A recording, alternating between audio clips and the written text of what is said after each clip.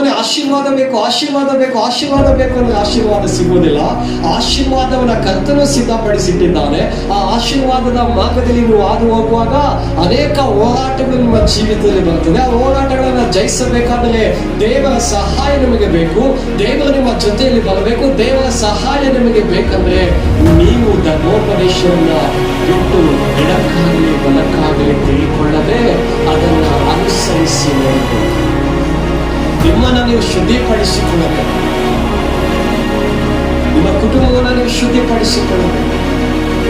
ಆಗ ಕರ್ತನು ನಿಮ್ಮ ಜೊತೆಯಲ್ಲಿ ಮಾತಾಡ. ನಾನು ನಿನಗೆ ವಾಗ್ದಾನ ಮಾಡಿದ್ದೇನಲ್ಲ, ಧೈರ್ಯದಿಂದಿರು, ಸ್ಥಿರಚಿತ್ತದಿಂದಿರು. ಈಗ ನೀನೇನ್ ಮಾಡ್ತಾ ಇದ್ಯಾ?